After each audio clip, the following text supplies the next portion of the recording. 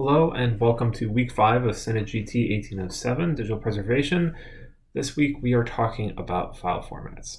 So the plan for this week is to talk about first file format characteristics, and then we're going to go into different kinds of file formats, text file formats, binary file formats, talking about audio and video since this is the MIAP program, but also non-AV styles of file formats, proprietary file formats, and finally, how do we actually determine what a given file is, what format it takes?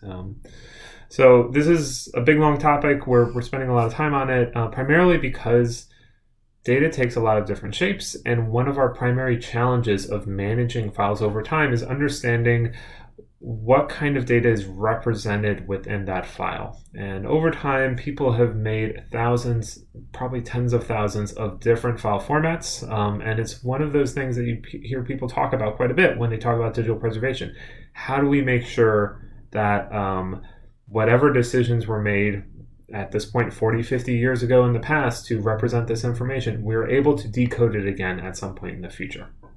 So let's jump into it. Now, a file format, what is it? Well, first, we talked about files a little bit. We said a file is any series of bytes stored by a file system. That's it. Now, that series of bytes, it's probably written by a piece of software, and it was probably saved in order to be read later by another piece of software. Maybe the same piece of software, but to be read again. Now, in order for that to happen, both the software that wrote that file and the software that's reading that file have to be able to expect certain characteristics of that file in order to decode the information inside of it. So they're going to have rules about how they write data into the file and how they represent pieces of information in that file. That is about as specific of a definition of a file format that we can get. That it is a specific set of rules so that one piece of software can write data into that format and another piece of software can read data out of that format. You might want a more specific definition of a file format, but honestly, it's incredibly, incredibly hard. There's not a lot of common characteristics between file formats. And anytime you hear somebody try to narrow down this concept of what a file format is, you can probably find an exception to that rule. So, it's a big kind of fuzzy topic, and it's one of those places where you just have to be a little bit comfortable with the idea that there isn't an out-and-out strict definition of what this thing is. However, we can talk about some characteristics that many, but not all file formats have. One of them is this division between text and binary file formats. We can talk about versions of file formats. We can talk about file formats that have subformats. So file formats that have been derived from other formats. We can talk about file format signatures, and we can talk about file format extensions. All right, so going through those characteristics. So this text versus binary split. One of the interesting things is that we have the vast majority of files out there are actually just encoded text. They're ASCII, they're UTF-8, most likely. They could be some of those other encodings that we talked about, Shift.js or etc. However, things like HTML, Python, CSVs, TXT files, all of those things, they're just text. And so when you look at that file on a storage device, you're just going to read a bunch of bytes that can be turned into written characters. So that's a text file format. A binary file format, that's one in which the bytes are not able to be decoded directly into a piece of text. A really obvious example of this is something like an image. That the bytes of an image are going to be needed to be interpreted as pixels, not as written characters. And there's quite a few different kinds of information that can be encoded in that way. But the core portion of that is just a binary file format. All of the bytes are not text. They're not all UTF-8. They're not all ASCII. And there's a lot of space in there. But when you look at files that you see on the internet, the files that are stored in general, honestly, the vast majority are text file formats. It's kind of strange to think about, but yeah, the entire internet runs on JavaScript and HTML, so that's a text file format. That's not a binary file format. But these binary file formats, even though they might be lesser in number, they are probably more interesting and intricate because they contain a lot more rules in order to understand, okay, what's the data that's encoded inside of here. Okay, so that's one characteristic that you can say this file is text or it's binary. We can also talk about versions. So I'm going to talk about PDF. PDF very famously came out in 1992 as version 1.0 and has been upgraded 8 times, all the way up to 1.7 in 2008.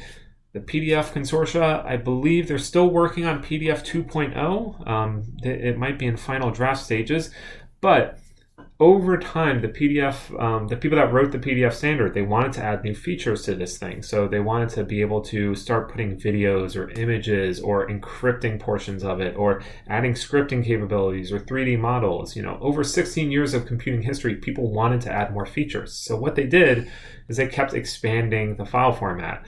And expanding the rules as to what software could be able to write and should be able to read. Now, the thing is that knowing the version of a file format tells you what software would be able to read that. So a viewer that was built for PDF 1.0 probably cannot render a PDF version 1.7 file.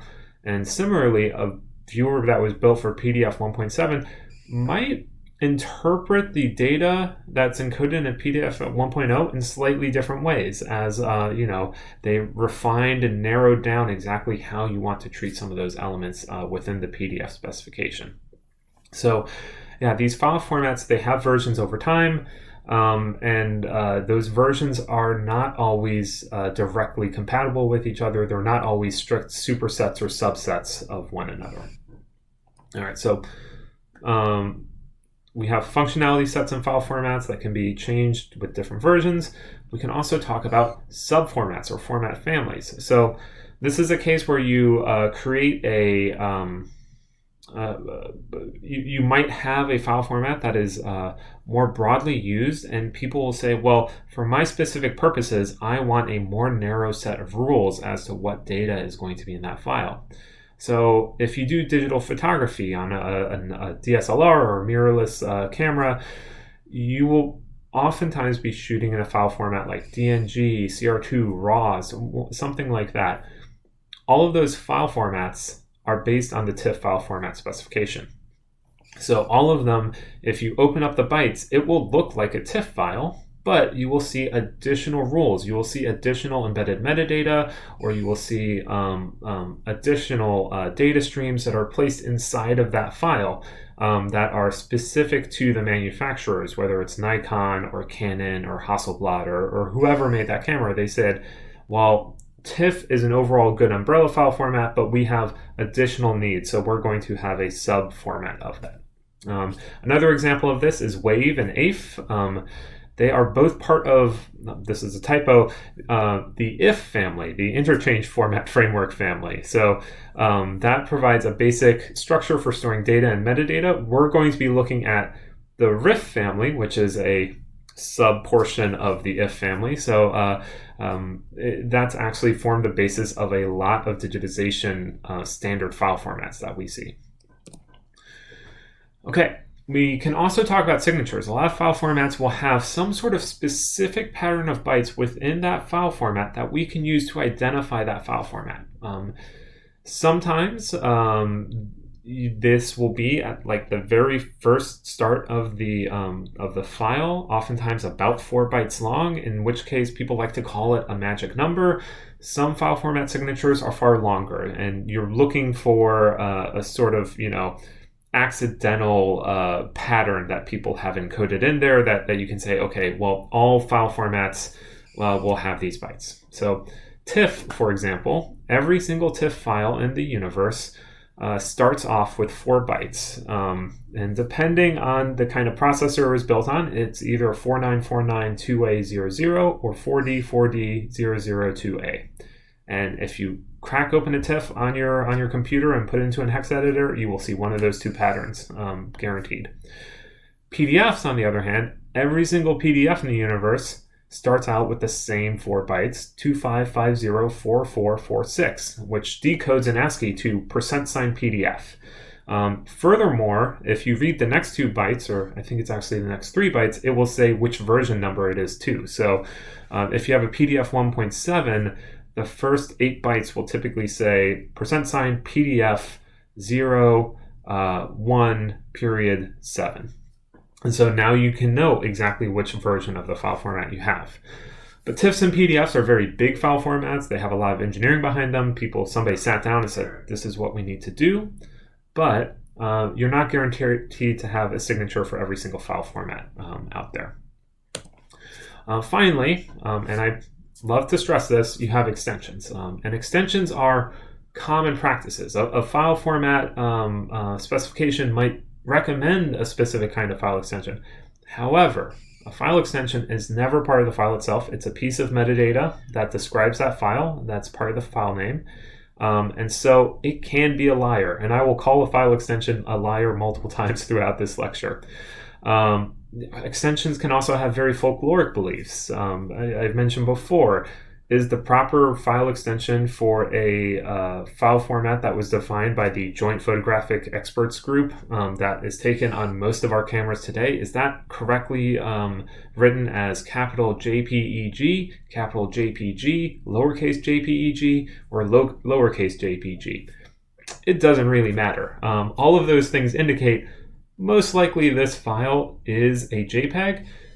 On the other hand, I could easily tack those letters onto the end of a PDF or onto the end of a Microsoft Word file, and those files are definitely not JPEG file formats. So file extensions, as always, they are liars. We cannot depend on them 100%. They can be hints. They can tell us probably this is what is in there. And you'll even see some software and operating systems use that file extension to say, oh, I'm pretty sure that this is what this data is, because they're using those hints. And we'll see an example later on where we tell a computer, hey, well, what if I change the file extension? Are you going to treat this data differently? And we'll see some opportunities that come out from that. All right, so those are some characteristics. Again, not all file formats have all of these characteristics. The TXT file format, the text file format, there is no common extension for text. There is no defined extension for it. So you can put whatever you want at the end of a text file format name. That is fine. There is no rule. As long as you send it to a piece of software that can render and decode that text, you will be able to work with that text. The extension doesn't really do anything for you. Same with all these characteristics. They might exist for a file format. They may not exist. It's really just a grab bag. They're all just characteristics that can possibly affect the file format. All right, so those are file format characteristics. Let's talk about a specific kind, text file format.